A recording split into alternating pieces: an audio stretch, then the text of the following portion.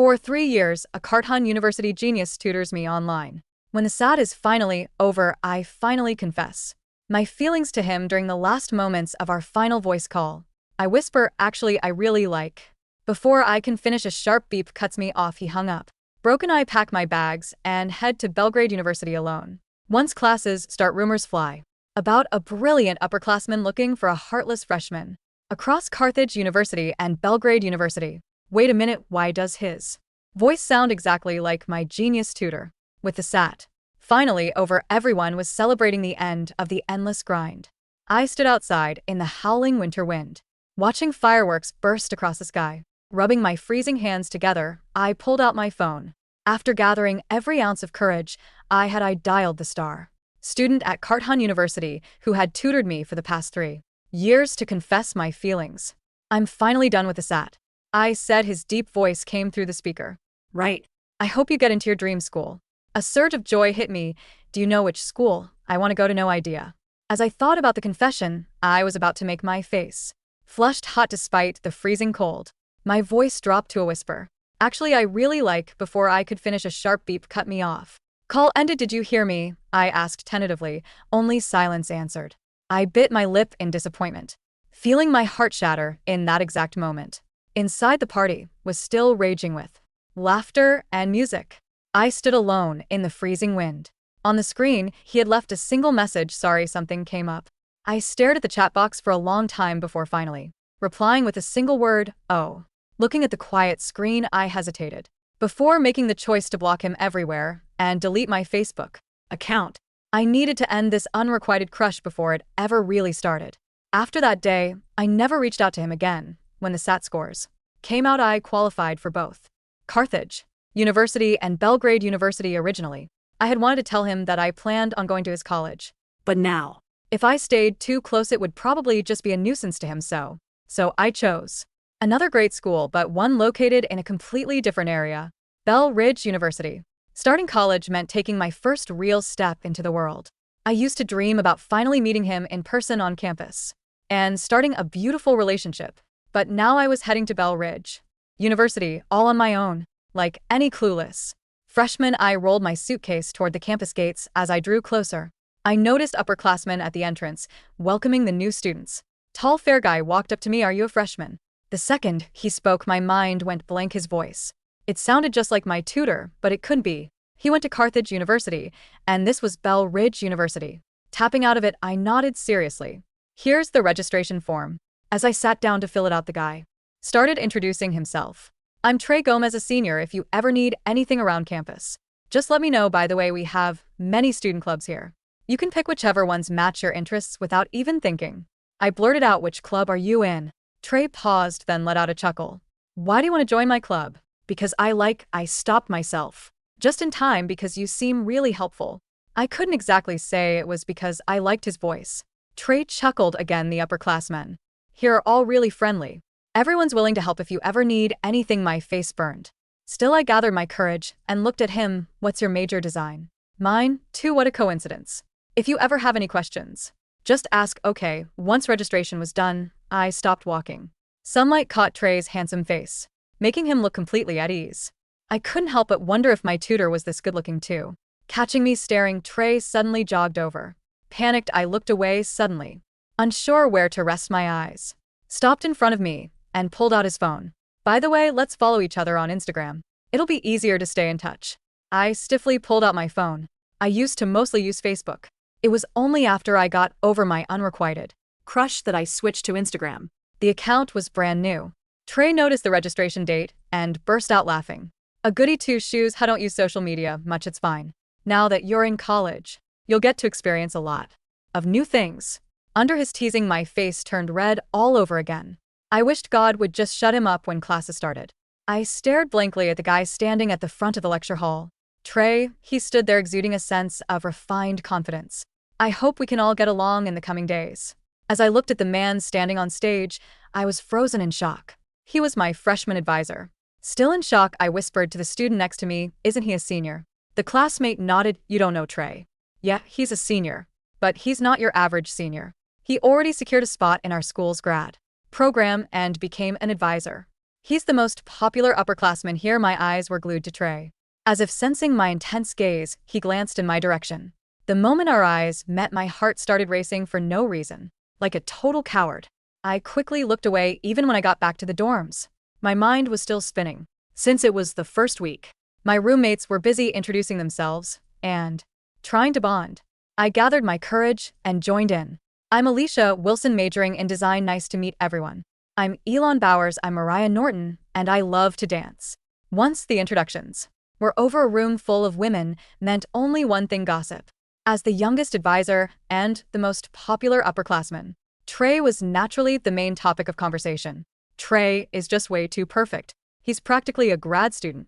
How amazing do you have to be to pull that off? The best part is, he's not just hot, he has an amazing personality too. His smile is so bright as a guy, that perfect single. When I was moving in, I heard from an upperclassman that he's been bouncing between our school and Carthage lately, looking for some heartless internet friend of his. That last comment pushed everyone's gossip radar into overdrive.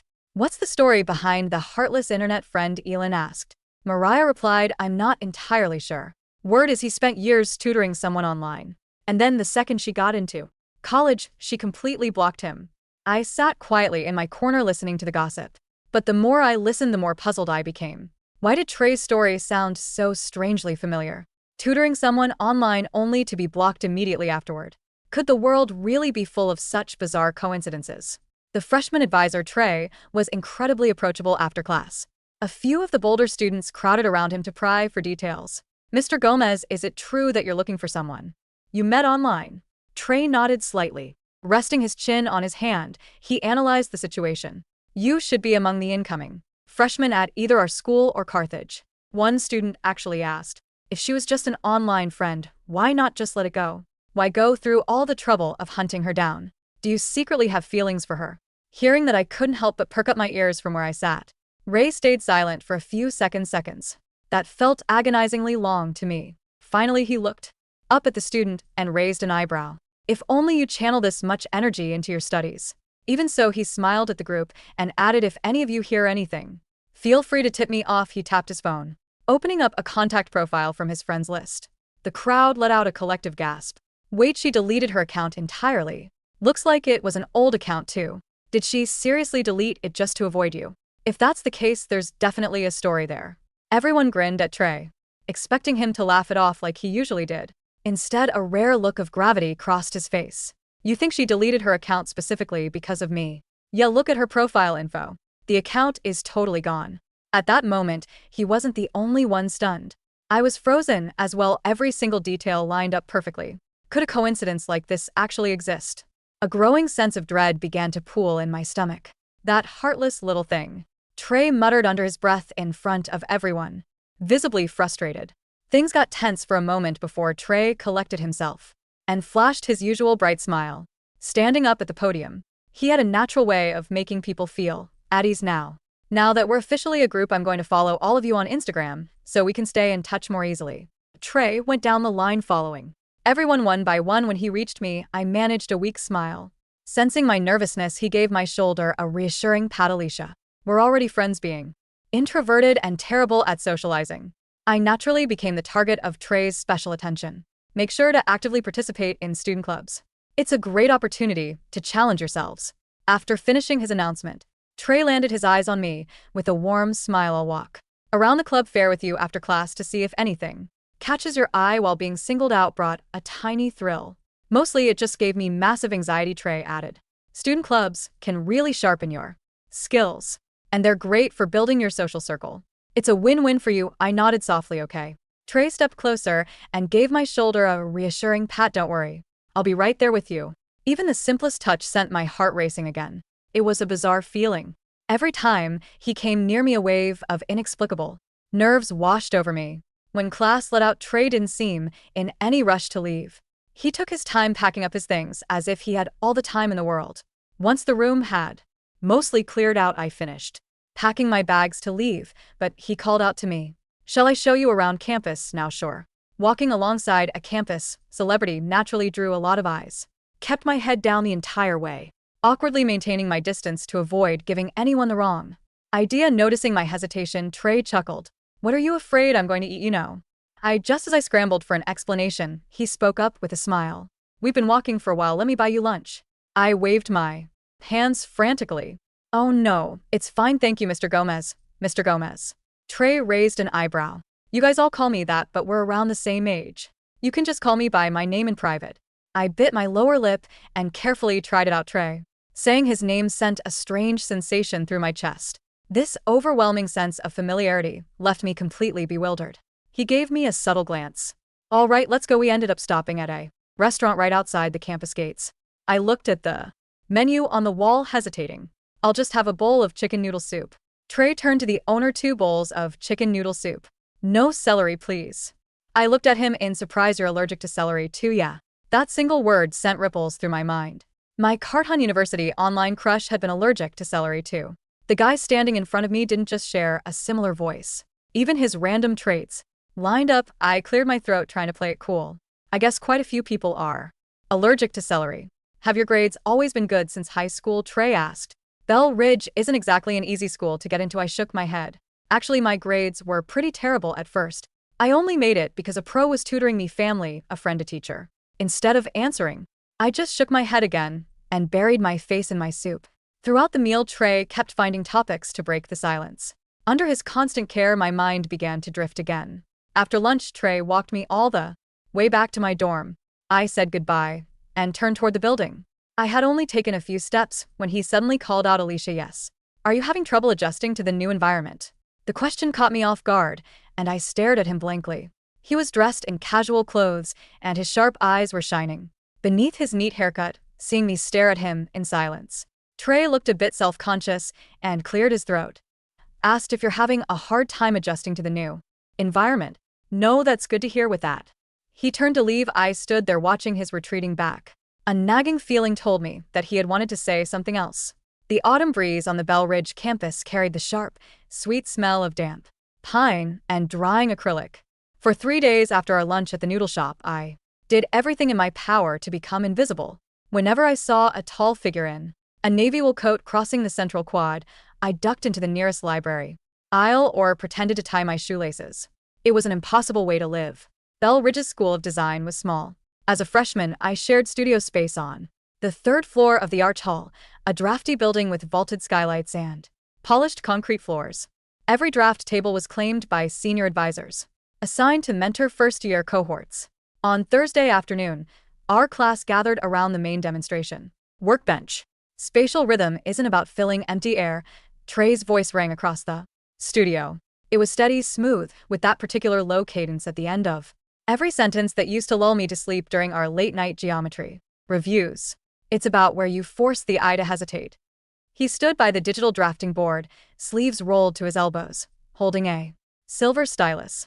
His fingers were long and clean, with a small calloused ridge on the middle finger, the hallmark of someone who had spent thousands of hours with a technical pencil before switching to digital rendering. I stood behind 2 tall guys from the interior design track, keeping my sketchbook raised high enough to hide my chin. Let's look at line weight distribution, Trey continued, glancing casually across the circle of students. His gaze swept past the front row, skimmed the middle, and locked straight onto my forehead. A faint twitch of a smile touched the corner of his lips. Wilson, he said. My heart gave an undignified thump against my ribs. Yes, Mr. Gomez? You're hiding back there like you're drafting in enemy territory, he said, lightly, eliciting a soft chuckle from the group. Bring your isometric exercise up here. Let's see how your perspective grid holds up. I swallowed hard, clutching my folder. Walking across the polished floor felt like stepping onto thin ice. I laid my sheet on the flatbed scanner beneath the projector. The image flickered onto the massive wall screen, a 3-point perspective study of an imaginary library courtyard, inked with his 0.2mm drafting pen. Trey leaned over the screen, his hands resting on the edge of the console. The scent of clean laundry detergent and cedarwood drifted off him, startlingly familiar. He studied the ink lines in silence for 10 long seconds. Look at the vanishing point construction here, he remarked to the room, tapping a specific cluster of construction guidelines near the horizon. Most beginners anchor their secondary vertical rays using 45-degree diagonals because the textbook recommends it. But this approach uses an adjusted 37-degree offset to compensate for optical distortion on wide-angle planes. He turned his head slowly, looking down at me through long eyelashes. That's not in the freshman syllabus. Where did you learn that construction method, Alicia? Blood rushed to my ears. Remember, little head, a voice through my cheap plastic headphones from 2 years ago echoed in my memory. If you use 45 degrees on a wide plane, your colonnade is going to look like a collapsing accordion. Nudge it to 37. It's my own shortcut. Don't tell your high school teacher, or she'll fail you for deviating from the textbook. My throat went dry.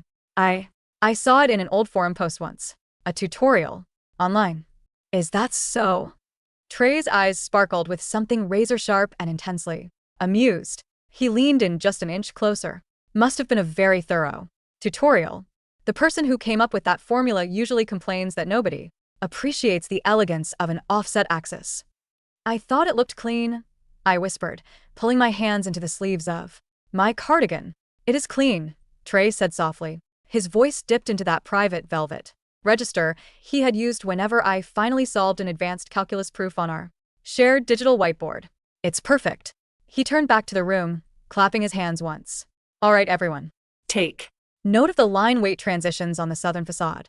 Break into pairs and complete your draft sheets by 5. As the crowd dispersed toward their respective easels, I scrambled to retrieve my paper from the scanner. Before I could pull it away, Trey's fingers pressed down lightly on the top margin, pinning the sheet in place. You're working on the weekend studio roster, right? He asked quietly. I haven't decided yet, I stammered, staring fixedly at his silver watch. Decide on yes, he said, releasing the paper with a flick of his wrist. The studio heater in the north corner is broken, but the desk by the window gets sunlight all afternoon. I usually grade portfolios there on Saturdays. He offered me a small, knowing smile before picking up his clipboard and walking toward the next table.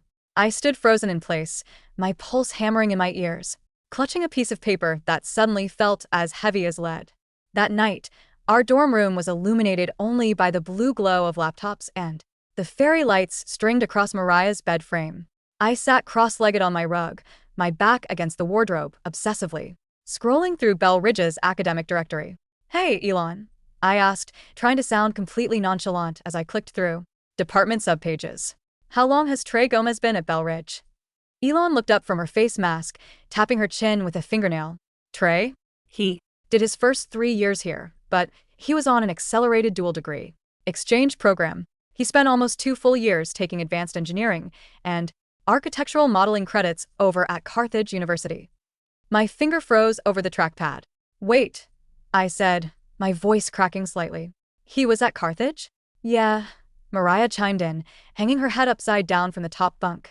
Carthage has that crazy high-tech simulation lab, right?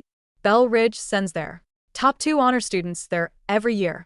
Trey basically lived out of Carthage's North Campus engineering building until this spring, but his primary degree and his graduate fellowship are here. Why? Did he give you a hard time about your assignment? No, y whispered. No, he didn't. The puzzle pieces snapped together with a deafening click. During our 3 years of online tutoring, my tutor had never explicitly said I am permanently enrolled as a full-time undergraduate only at Carthage. When I asked him where he was logging in from, he had simply said, I'm in the Carthage North Library. The Wi-Fi here doesn't drop during thunderstorms. He hadn't lied to me. I had simply constructed an entire narrative around a fragment of truth, convinced that if I went to Carthage, I would run into him. And if I went to Belridge, I would be safe from the ghost of my humiliated confession. Instead, I had walked straight into his front yard. What about that rumor? I asked, pulling my knees up to my chest. The girl he's looking for. Oh, the ghost girl. Mariah giggled, swinging her legs down. My cousin is in the student council office with him. She said Trey showed up at the start of the semester with a printout of incoming freshman registration statistics from both Carthage and Belridge. He was cross-referencing names against high school district codes from the Midwest. People thought he was doing demographic research, but he was actually looking for someone whose username was something silly like mint tea drafts. I buried my face in my knees. Mint tea drafts. That had been my handle on the tutoring portal and my old Facebook account. They say he was furious at first, Elon added, adjusting her sheet mask. Like, genuinely offended. He told his buddies in the lab that he spent 3 years turning a hopeless slacker into a top-tier scholar, and the minute the exam ended, she vanished into thin air like a scam artist skipping out on a bill. Did he say what she did? I mumbled into my sweatpants. Just that she hung up on him after muttering half a sentence, sent a one-word text, and wiped her digital existence off the face of the earth before he could call back from the hospital. I lifted my head sharply. The hospital? I don't know the full details, Elon shrugged. Something about his sister having an asthma attack right around the time the exam results were being tabulated in the winter. Anyway, if that girl ever shows her face, Trey is either going to throttle her or fail her on principle. I pulled my blanket over my shoulders and slid down onto the floor, wishing the ground would open up and swallow the entire state of Belridge. He hadn't hung up because he was disgusted by my confession. Something had genuinely happened, and in my frantic, teenage panic, wounded pride, and fear of rejection, I had cut the cord, burned the bridge, and salted the earth behind me.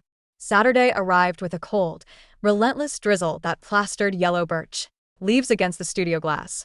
I told myself I wouldn't go.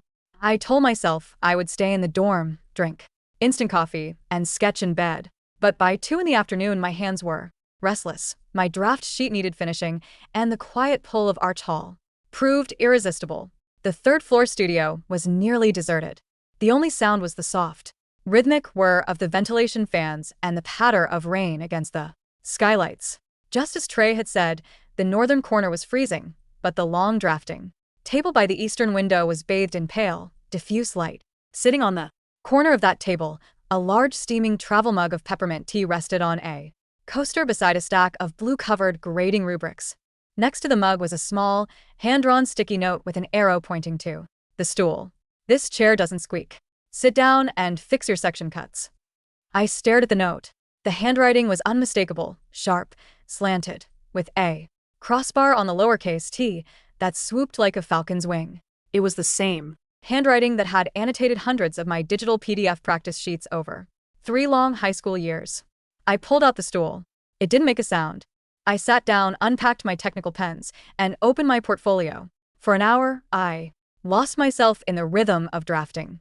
Drawing was the one place where my racing thoughts went quiet. Every line required focus. Every millimeter of ink had to be deliberate. Your hand is steadier than it used to be. I jumped, the tip of my 0.3 millimeters pen nearly digging into the vellum. Trey was standing just behind my left shoulder. He had taken off his coat, wearing only a charcoal crewneck sweater with the sleeves pushed up. He carried 2 cardboard cups from the cafe downstairs. Sorry, he said softly, though he didn't look sorry at all. He set a warm cup down next to my drawing board. Hot chocolate. No cinnamon, double milk. That's what you drink when you're stressed, right? My throat tightened. How do you know that? Trey pulled up an adjacent drafting stool, turning it around and resting his forearms on the backrest. He looked at me with an unreadable expression, his dark eyes reflecting the gray daylight from the window.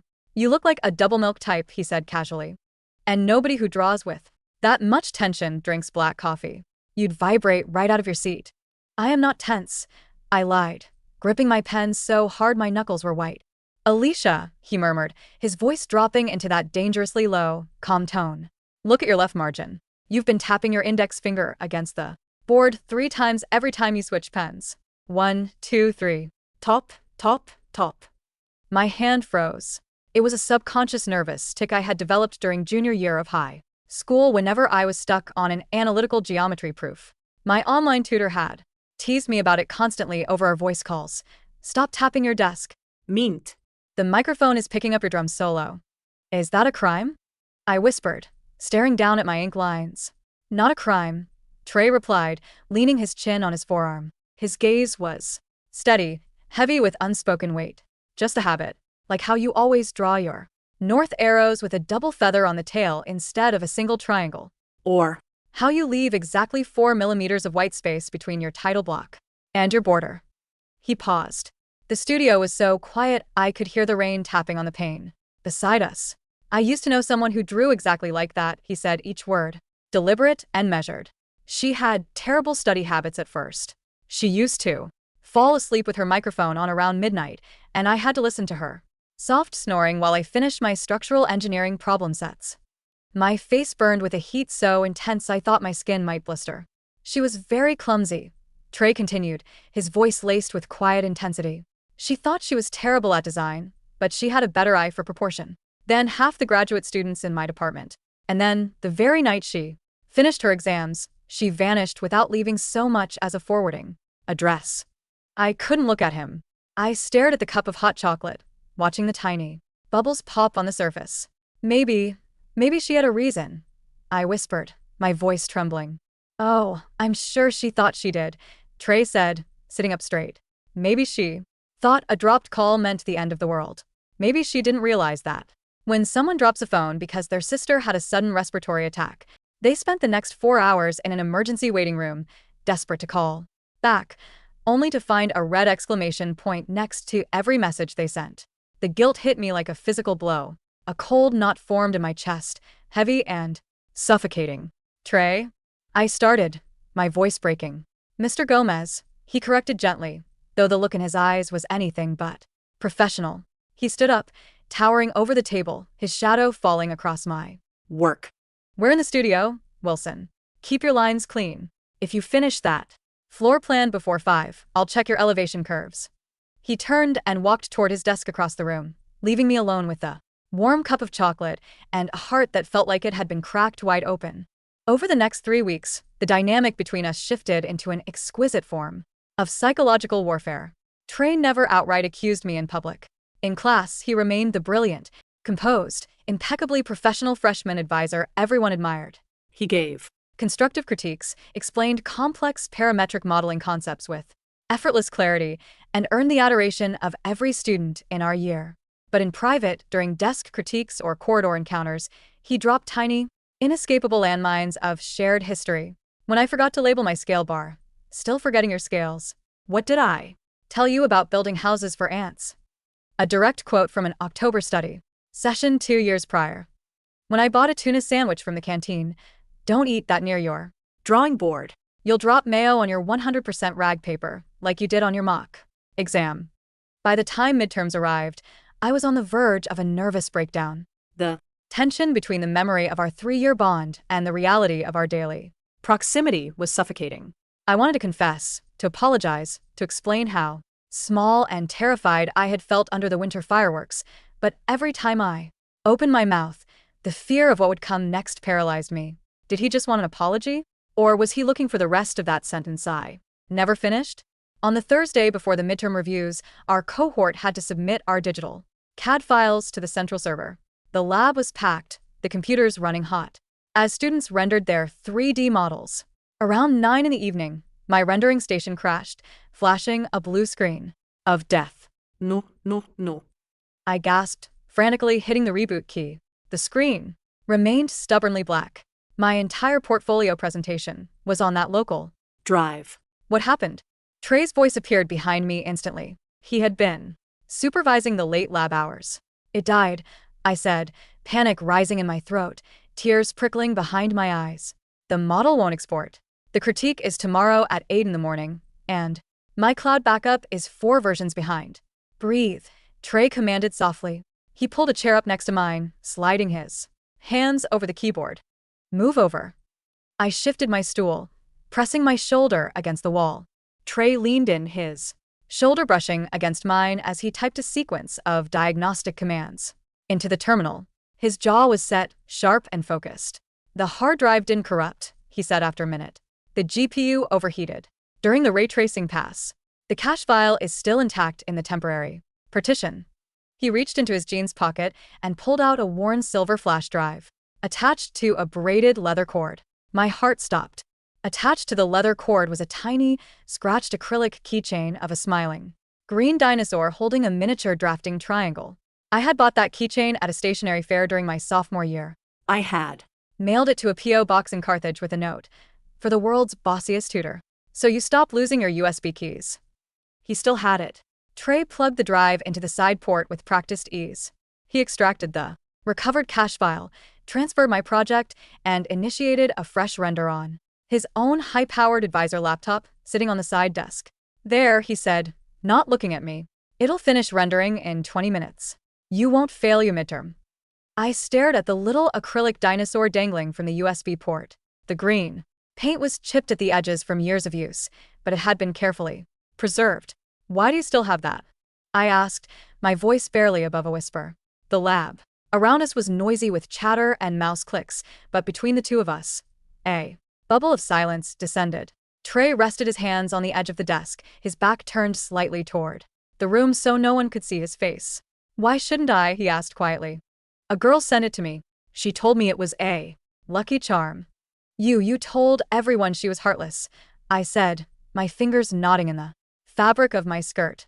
Trey turned his head, his dark eyes locking onto mine with an intensity that made it hard to draw breath. She was heartless, he said softly, every word laced with an ache that hit me straight in the chest. She worked with me for 1,000 days. She told me about her dreams, her fears, her favorite songs, the way the sky looked from her bedroom window when she was studying at 3 a.m. And then the second she crossed the finish line, she discarded me like an expired textbook. She didn't discard you. I choked out, tears finally spilling over my lower lashes. Trey stood up abruptly. Meet me by the library arch in 10 minutes, he whispered, his tone leaving no room for argument. Unless you're planning on blocking me in real life too. The air outside was freezing. The rain had cleared, leaving a sky dusted with cold, sharp autumn stars. I stood under the stone archway of the old campus library, hugging my coat around myself, my breath misting in the glow of the amber street lamps. Footsteps echoed along the stone walkway. Trey emerged from the shadows of the colonnade, his hands shoved into the pockets of his dark coat. He stopped 2 feet in front of me. For a long moment, neither of us spoke. The distant sound of campus traffic hummed beyond the gates, but under the arch, the only sound was our breathing. Alicia, he said. It wasn't the advisor talking. It was the voice from 3 years of midnight calls, the voice that had guided me through tears, exhaustion, self-doubt, and triumph. I'm sorry, I sobbed, pulling my hands to my face as the dam broke completely. I'm so sorry, Trey. I was an idiot. I thought you heard me and I thought you hated it, and when the call dropped and you sent that message, I felt so pathetic. I couldn't bear the thought of you pitying me or thinking I was some clingy kid who mistook kindness for something else. Trey didn't answer with words. He stepped forward, reached out, and pulled my hands gently away from my face. His fingers were warm against my freezing wrists. Then, with a slow, deliberate movement, he pulled me forward into his chest, wrapping his arms around my coat. The smell of cedarwood, cold air, and peppermint surrounded me. I buried my face in his wool coat, my shoulders shaking as years of unspoken feelings and weeks of terror dissolved into the cold night. You stupid, brilliant girl, Trey murmured into my hair, his arms tightening around me until there was no space left between us. Do you have any idea what that night was like for me? You were at the hospital. I muffled against his chest. My little sister had a severe asthma attack. Right when I was looking at the phone, he said, his voice raw. My mother screamed for me to grab the inhaler and drive. I hit the screen in a panic, sent a quick text, and threw the phone on the passenger seat. When I finally sat down in the waiting room at 2 a.m, ready to call you back and hear the rest of that sentence, your account was gone. Your number was disconnected. You vanished. He pulled back slightly, his hands coming up to cup my cold cheeks, his thumbs brushing away the wet tracks under my eyes. I thought I did something wrong, he said, his eyes searching mine with an honesty that made my knees weak. I thought you realized I was falling for you, got scared, and ran away. I stared at him, my eyes wide in shock. You what? You think a senior honors student spends 2 hours every single night for 3 years tutoring a high school junior just out of the goodness of his heart? Trey let out a soft, incredulous laugh, shaking his head. Alicia, I had thesis deadlines. I had research grants. But every night at 9, I dropped everything. Because hearing your voice was the only part of my day that made sense. My breath hitched. Trey, when you didn't show up at Carthage, I almost lost my mind, he continued, his thumb tracing the curve of my cheekbone. I spent the entire summer reviewing registration rolls. When I saw an Alicia Wilson registered for the Bell Ridge Design Department, I gave up my Carthage residential fellowship in 24 hours and transferred my advisor residency here just to make sure I'd be standing at the gate when you arrived. He looked down at me, the golden lamplight catching the sharp, beautiful lines of his face. So don't you dare tell me you were just a nuisance, he whispered. Finish the sentence, Alicia. My heart hammered against my ribs, not with fear, but with a wild, blooming joy that warmed me from the inside out. I really like you, I said, my voice clear and steady in the crisp night air. I've liked you for 3 years. I like the way you explain math. I like your bossy notes on my drawings. I like the way you sound when you laugh. And I like that you kept my dinosaur keychain. Trey's lips curved into the most radiant, genuine smile I had ever seen on him. Good, he whispered, leaning down. Because if I had to chase you to a third university, my GPA never would have survived. When his lips met mine, the cold air vanished. His kiss was warm, firm, and filled with all the patience, longing, and tenderness he had held back for 3 long years across a digital divide. My hands found their way up to his shoulders, gripping the thick fabric of his coat, anchoring myself to the reality that we were finally here, in the same city, on the same campus, breathing the same air. The next morning, the Arch Hall Gallery was buzzing with faculty, advisors, and nervous freshmen. I stood beside my display board, where 3 large, pristine rendered panels hung under the spotlight. My perspective drawing, complete with its 37-degree offset axis and impeccably feathered north arrows, took center stage.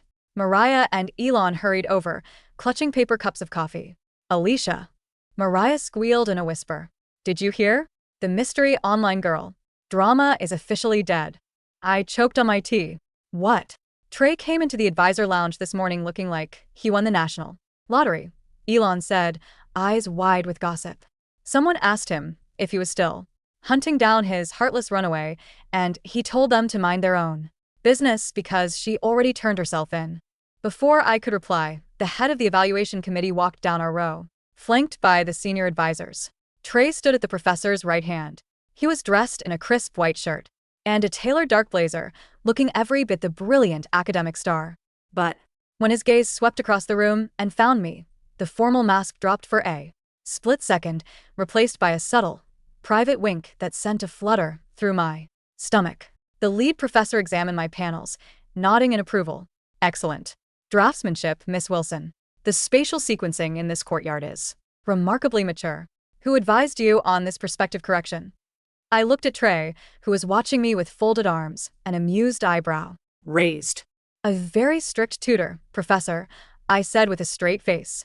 He's extremely demanding. He complains about my study habits, and he refuses to let me use textbook shortcuts.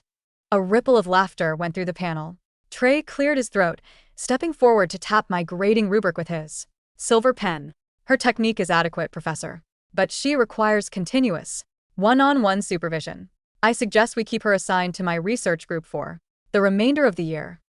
Agreed, the professor nodded, signing the sheet. Excellent work, Wilson. As the review panel moved down the line, Trey lingered behind for just a second. He leaned down slightly, his shoulder brushing mine, his voice dropping into that private velvet tone. Adequate. I muttered under my breath, glaring playfully at him. You're freshman, Wilson, he murmured, his lips brushing the edge of my ear. So quickly no one noticed. Don't get cocky. You still have a private review session with your advisor tonight at 7. What are we reviewing? I whispered, my cheeks pink. Dinner, he smiled, stepping back into the aisle with effortless grace. Chicken noodle soup. No celery. And you're not allowed to hang up. Spring arrived at Bell Ridge with a flood of cherry blossoms along the central promenade. The studio windows in Arch Hall were pushed wide open, letting in the warm breeze and the scent of damp earth and blooming lilacs. The third floor drafting room was full of life, but my favorite corner remained the long table by the eastern window. I sat on the non-squeaking stool, working on my final year-end portfolio. Beside my drawing board rested 2 cups of tea, peppermint for me, black coffee for the graduate researcher, currently leaning over my shoulder. Trey's arm was resting on the back of my chair, his other hand guiding my wrist. As we adjusted a digital curve on the interactive tablet. Shift it 2 millimeters to the left, he instructed, his chin resting lightly on top of my head. There. See how the shadow falls naturally now. You're bossy, I said, leaning back into his chest. I'm thorough, he corrected, pressing a soft kiss to the crown of my head. There's a difference. My phone buzzed on the table. A notification popped up from a newly created shared album on Instagram, Arch Hall Archive. The cover photo was a picture Trey had taken of me last week, fast asleep on a pile of trace paper in the late afternoon sun, with his navy coat draped over my shoulders. Mariah's comment appeared underneath within seconds. Best advisor student. Romance on campus, hands down. Even if she did block him for 9 months. I laughed, looking up at Trey. You'll never let me live that down, will you? Trey reached down, picking up his car keys. Attached to the silver ring, right beside his apartment key, was the tiny green acrylic dinosaur, still smiling, with its drafting triangle. Never, he said, his eyes filled with warmth and an endless, unwavering devotion. 3 years behind a screen, 9 months of searching, and 4 years of college ahead of us. I have a lot of lost time to make up for. He held out his hand. I set down my technical pen, slipped my fingers into his, and let him lead me out of the studio into the bright, golden afternoon sun.